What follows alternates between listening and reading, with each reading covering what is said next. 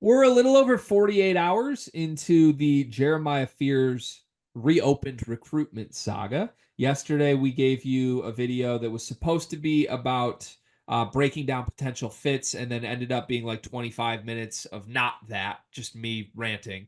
The day before, we gave you our live reaction to it. Today will be a much more pointed video because I'm a little bit surprised. We're 2 days into this, and the only school that there's been public buzz about has been Kentucky. And I want to break down if this is a serious fit or not. Now, let's preface this with a couple things. You have at least had a few conversations behind the scenes on like what to expect here. Kentucky has been discussed in those, so we'll share what we've heard on that. But uh, I guess the reason I think this conversation is interesting is there's still an open spot for Kentucky. They still have a 13th spot. Mark Pope's been asked about it, and he's kind of slow played it. Like, yeah, we're still looking. Things come together late was his quote. And some people took that to think like, oh, maybe he'll go international. But to me, I take that as like Mark Pope's waiting for some sort of big opportunity. You're not going to get much bigger than a 5-star kid who suddenly wants to reclassify and is interested in Kentucky. Now, Jeremiah himself, the only school he's mentioned is Kentucky. He reopened his recruitment. He put the graphic out. And then in the last 2 days, he's had time to be like, coaches are calling me. We believe a lot of coaches have called Jeremiah. The only one that he has reciprocated publicly is Kentucky. So we know he cares enough that Kentucky reached out that they got the nod that nobody else got of Jeremiah Fears' public interest. I'm intrigued, like I said, because at the time we're recording this, 11 a.m. on Wednesday, I would have expected by now somebody comes out with the like, here's the list for Jeremiah Fears. Normally, like a Rothstein or a Goodman or On3, somebody is going to come out and be like, here's the schools that Jeremiah Fears has heard from. There's not a lot going on in July card. Like, people are normally all over this. And as far as I can tell, I was researching it this morning, it's been crickets, it's been silence. So all we have is Jeremiah Fears is in the class of 2024. He's reopening things, and he is excited that Kentucky called him. We don't know anything else other than some people saying they think Providence and Oklahoma are involved. So, straight up, do you think Kentucky is a serious option for Jeremiah Fears? I do. I do think it's a serious option, but I think there would have to be some shifting and some backseats taken by other people to give him what what he wants. Now, that is probably the question is, are you willing to do that? Because you look at the other guards that they brought in. They brought in Lamont Butler. They brought in Kirk Kriisa. Older guys, played a lot of college basketball. They also have guys like Jackson Robinson in the fold, Otega Owe in the fold as well. Like, depending on how you feel about those guys, those Owe probably a little bit less than the other ones, but Kriisa, Butler, Robinson, I think are guys that are used to having the rock in their hands a lot.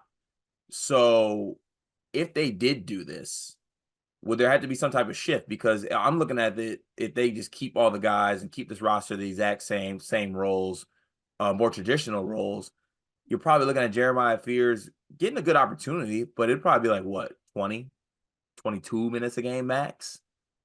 I don't know if that's enough. And I don't know if that's enough ball in his hands during that 20 to 22 minutes as well to get it done. Now, Mark Pope could shift and be like, all right, maybe these older guys take a little bit of a back seat, be like good team guys, and like just give Jeremiah the keys. I don't know if he's willing to do that though. And this is what every school that's going to consider Jeremiah Fears is going to have to deal with, right? Like, there are players on Providence and Oklahoma that are going to be like, well, damn, I thought I was the point guard. I thought I had the ball in my hands. So, like, that's why this was such a tough time for Jeremiah and his family to make this move, because things are pretty set right now. And there's not a lot of schools who, other than I mentioned it the other day, Villanova, who are still like out here looking for first option types. Here's why I do think Kentucky can work. Jackson Robinson, Otega Owe, Kobe Brea. To me, those are like the three guys who are going to come into things thinking like, I'm a big part of this. I'm going to have the ball a lot, right? Am I missing anybody? I guess Kirk Risa, but like, to be honest with you, I'll give you my read on this. Kerr strikes me as a guy who's been around the block and is just sort of doing this because he can. And If he has a great year, great. I don't think Kerr's coming in to like demand the ball and a bunch of shots. I mean, he's number 77, Greg. He's number 77. He was cashing checks at West Virginia card. He's playing Okay. soccer in practice and like that's but like outside of Kerr, everybody else that we think is a big time player for this Kentucky team is really like a big wing, right? Like I guess you could say Lamont Butler, but Lamont Butler seems like such a team first guy that I don't think Lamont Butler is going to freak out if you bring Jeremiah Fears. I guess what I'm trying to say is if you were looking at this Kentucky roster, the one place I would circle that feels like there's still a hole might be an on-ball scoring guard. Because Lamont Butler's here to guard and that's it. And I don't think you want Kirk Risa playing 32 minutes with the ball in his hands every possession. And if Mhm. Kirk Risa did get annoyed that you brought in a better guard than him last minute, I don't think that's the end of the world for somebody who wants to bring in some talent as the head coach of Kentucky. And I don't like maybe Jackson Robinson and Otega Owe and Kobe Bryant look at this a little sideways, but like to me, those three guys would probably just rather play with the best point guard they can. Yeah, I would not mind a lineup of Fears, Robinson, and then depending on what you want to go. I don't know if you want to start Brea or not, but like Brea at the 3, Carr at the 4, and then like Amari Williams at the 5. Owe Super Six Men, Lamont Butler back up. Like literally just put Fears in the Kirk Risa role. Aren't we super hype about this Kentucky team? Yeah, yeah, Yeah. So yeah. this is one final chance for Mark Pope to win us back over. Wait, whoa. Can Pope show us? Like, because we've been kind of slow, at least I personally, I'll speak for myself. I've been like inching my way into like, I kind of like what Pope did. Mm. If he Yeah. does Speak this, speak for yourself. okay. If he does this, yeah, I think he might have joined me. Yeah. If Jeremiah Fears ends up at Kentucky, I will have a big time like, whoa, I'm in conversation. Because that's how high I am on Jeremiah Fears. I think he's a bucket getter the likes this Kentucky team doesn't have. Now, with that said, the only way Mark Pope gets him, based on what I've heard, and I think what you've heard, is if he's making promises of like, we're going to play you 30 minutes and you're going to have the ball and start. So, do you think that that's something Mark Pope would be willing to offer to get Jeremiah Fierce? I don't know Mark Pope personally, and like also like I don't fully understand how he operates, but I do have a hard time believing that in his first year with Kentucky and everything that's going on, he's going to hand the keys to an undersized reclass point guard. Would you, if you were in his shoes?